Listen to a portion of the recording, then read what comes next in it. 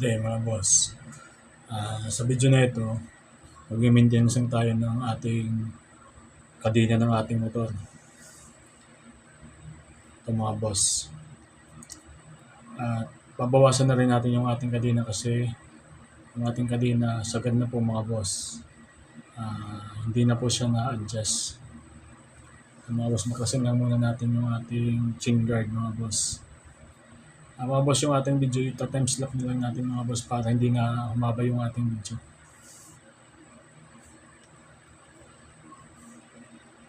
Ito mga boss, tanggalin lang natin yung ating engine cover mga boss. Gamit lang kayo ng 50mm mga boss na T-wrench.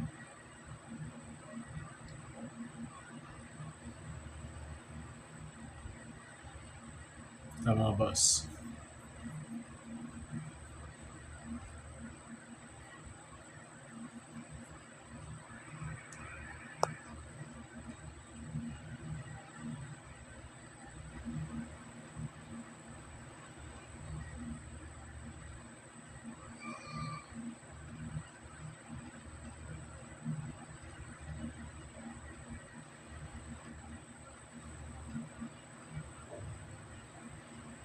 Medyo madumi na yung ating engine mga boss. So, dapat na dyan mga boss, linisin din natin. Diyan kasi na-imbak yung mga dumi mga boss galing sa ating kadena. Ito mga boss, nagyan ko siya ng tali para meron tayong paltandaan kung saan tayo magpuputol. Ngayon, tanggalin lang natin yung ating lock ng ating kadena mga boss. Dito mga boss, medyo tricky ito sa pagtatanggal ng ating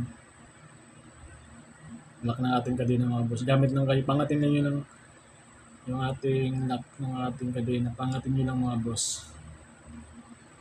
Tapos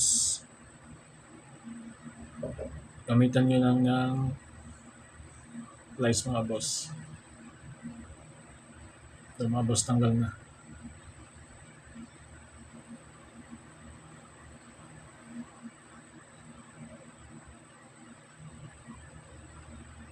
Tapos mga boss, sungkitin nyo yung flat screw mga boss.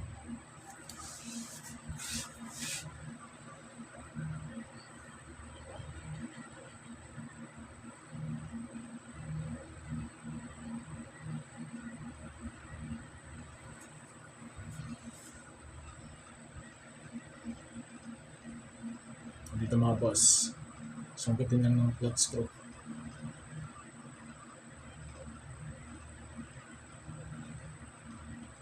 Ito mga boss, tanggal na.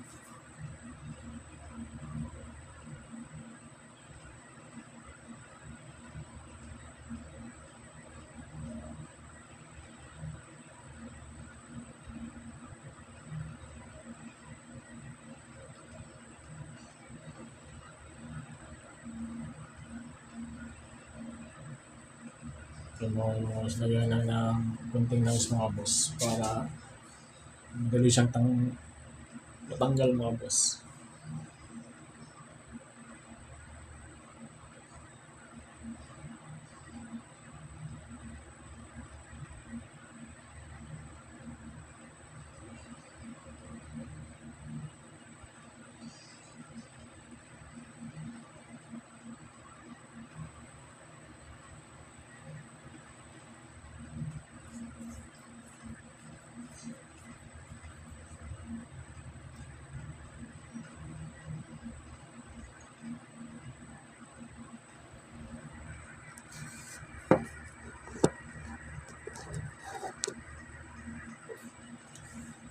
Tumabos ang ating kadena.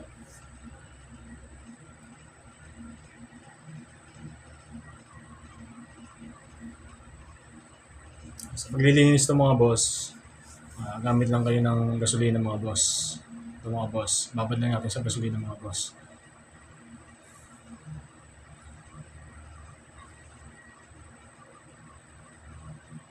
Kususin natin yung mga dumi mga boss. Babad lang natin sa gasolina mga boss.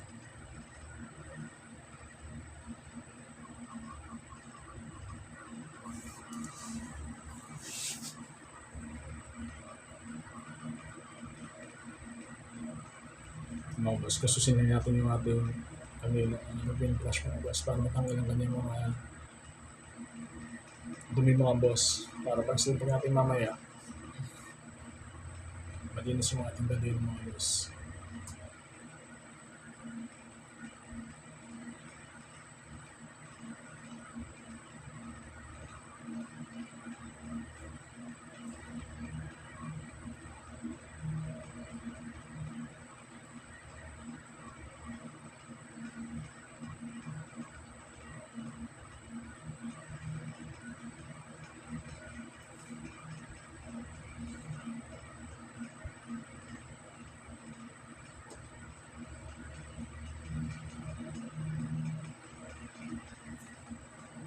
Ito mga boss, magpuputol na tayo dito ng ating kadena mga boss.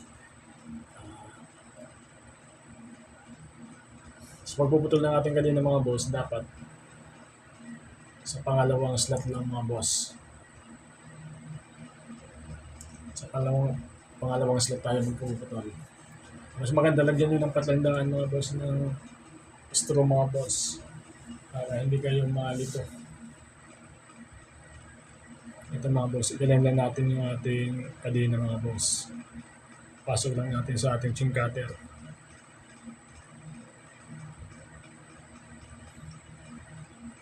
Dapat nakalan yan mga boss para pag tinagal yung ating kadena mga boss. Ito mga boss.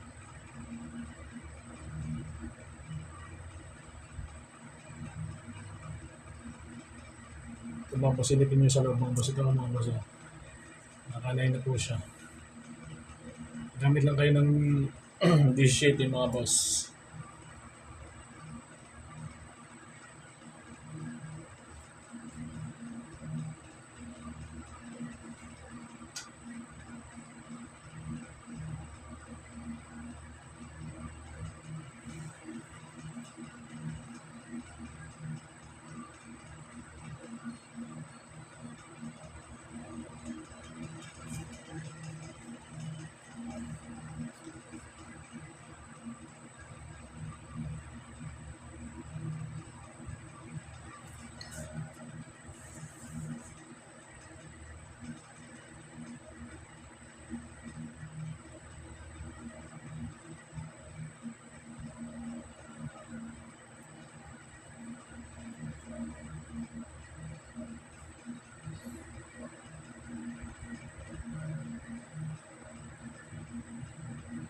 Ito mga boss.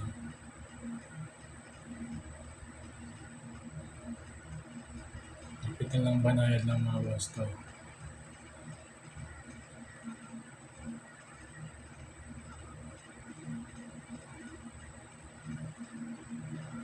Ito mga boss, tanggal na.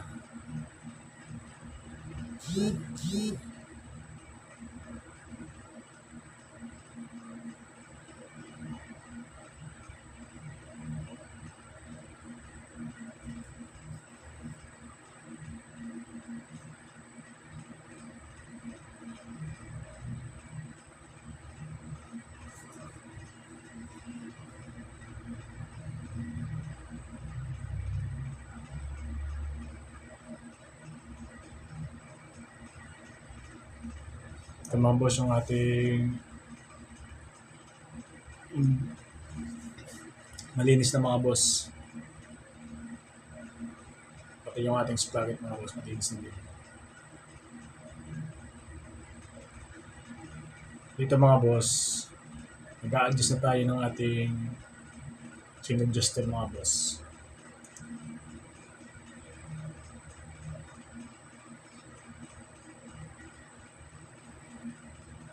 Mga boss, lawagan lang yung ating axle nut mga boss.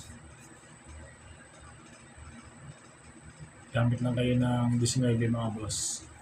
Sa XRM, 19 ang kanyang nut. 14-19.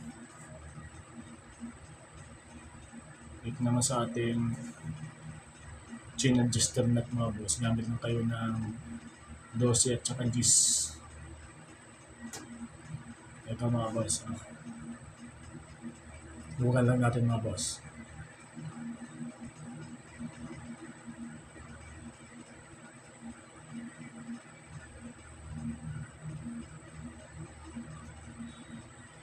Magkabalaan yan mga boss.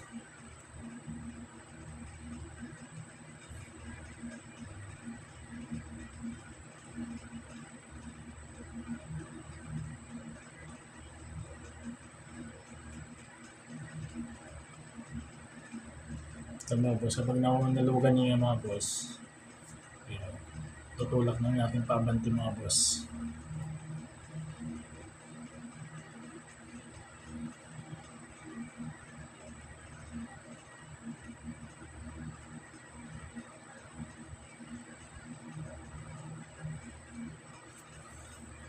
Tutulak nyo ng pabanti mga boss ng ating gulong.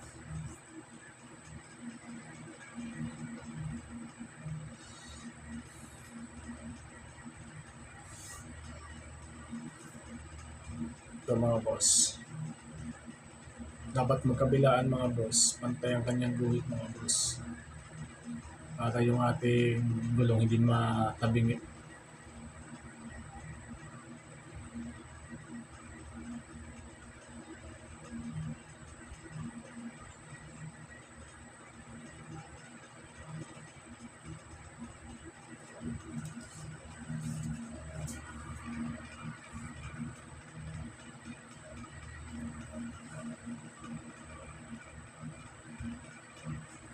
Ito mga boss, ilagay na natin yung ating kadena.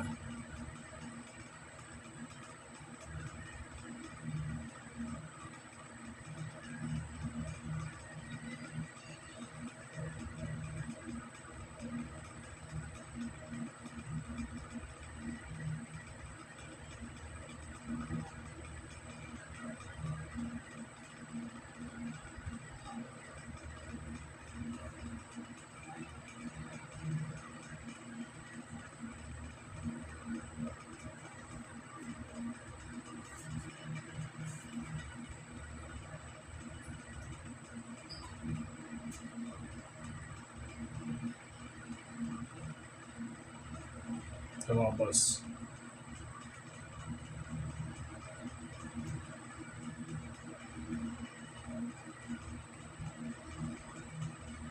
ikutin lang yung gulong mga boss para natin ang kadena mga boss.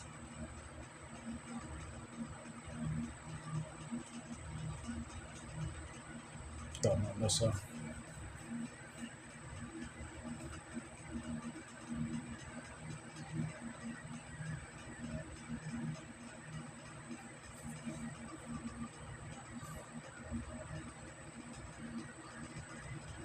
paglalagay ng lock mga boss, dito tayo sa sprocket mga boss, para madali natin may lagay yung ating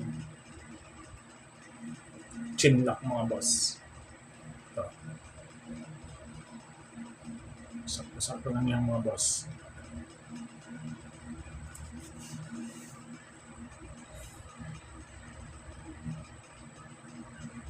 Ito mga boss, ilagay na natin yung ating chin lock.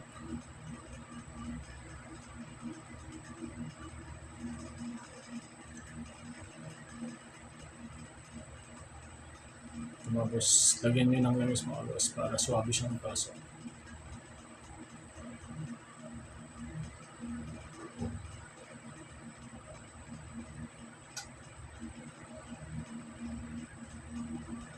Dito sa paglalagay ng ating lock mga boss, yung kanyang number mga boss dapat paharap, hindi dapat magkabaligtad mga boss. Yung may number mga boss dapat paharap. Yung ating chin lock mga boss dapat hindi baliktad.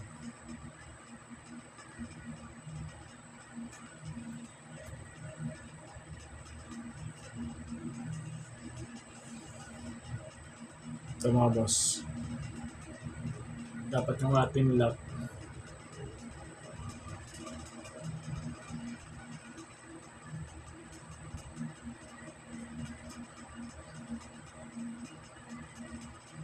Yan po ang tamang paglalagay ng ating lock mga boss. Ang kanyang may cut lock mga boss.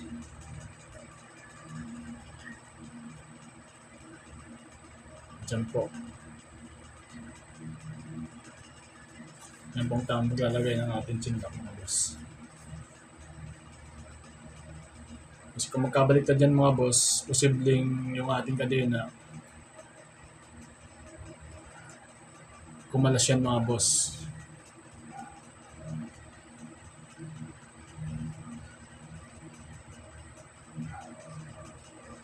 Yun ang delikado mga boss. Habang nasa baya tayo, tapos yung ating kadena kumalas, dapat hindi magkabaliktad yung ating chain lock mga boss.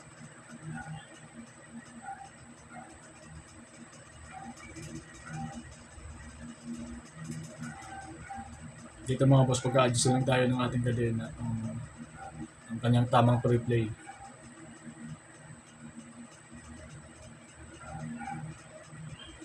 Grabe na kayo ng 12 mm mga boss para ma-adjust natin yung ating kadena. Tapos sa paghihigpit ng ating kadena mga boss, hindi masyadong mahigpit, hindi na masyadong maluwag. Katamtaman lang mga boss.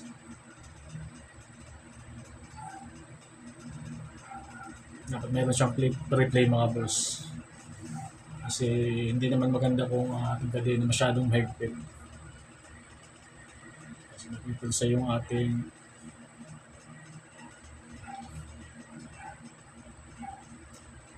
engine sprocket mga boss.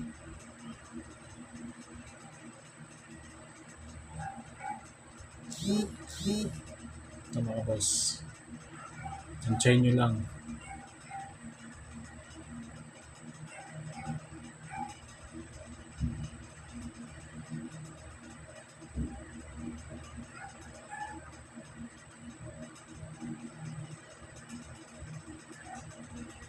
Dapat yung kanyang guhit mga boss, dapat magpantay siya sa kabila. Para yung ating gulong, align siya mga boss, hindi siya ba yung tabingi. Kasi halimbawa mga boss, yung ang guhit sa kabila, hindi pantay. Yung ating gulong mga boss, tabingi siya. So, pwede rin kumalas yung ating kadena mga boss kung ganyan. Hindi align yung ating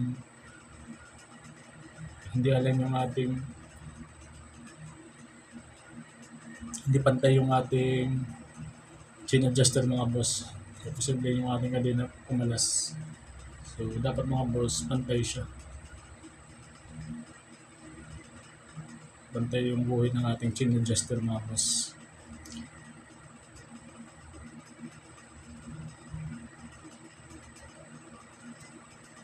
Ito mga boss, higpitan lang natin yung ating nut mga boss sa ating chain adjuster. Ito mga boss, okay na to.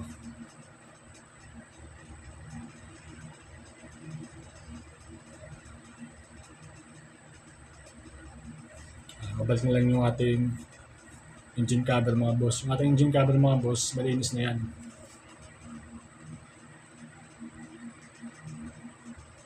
Lagyan lang ng grasa mga boss yung ating tornilyo mga boss. Para sa pagbabaklas natin sa susunod, hindi siya mahirap tanggalin. Para iwas na rin kalabang mga boss. Kasi pag nababasa yung ating tornilyo mga boss, prone siya sa kalawang. Mga boss.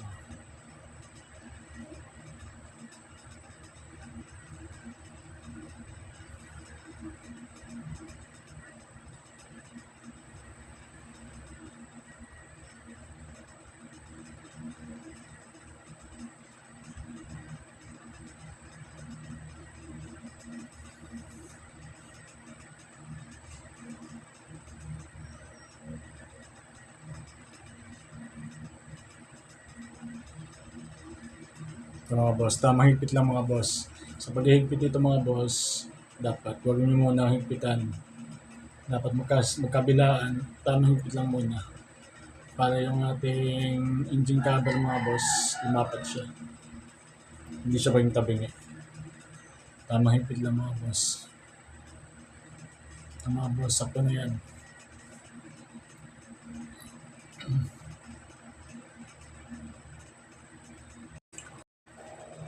Ito mga boss, still natin yung ating chin guard.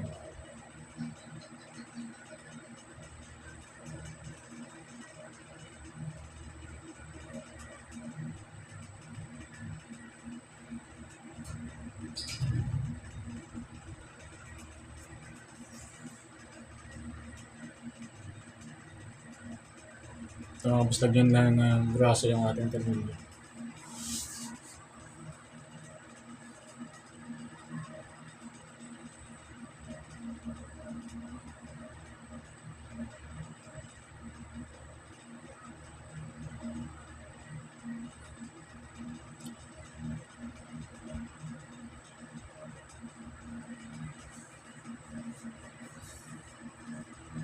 Ito mga boss, okay na yan.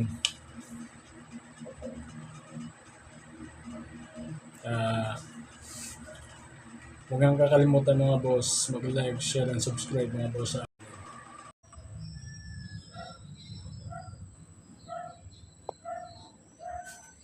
Okay mga boss. Salamat sa panonood mga boss.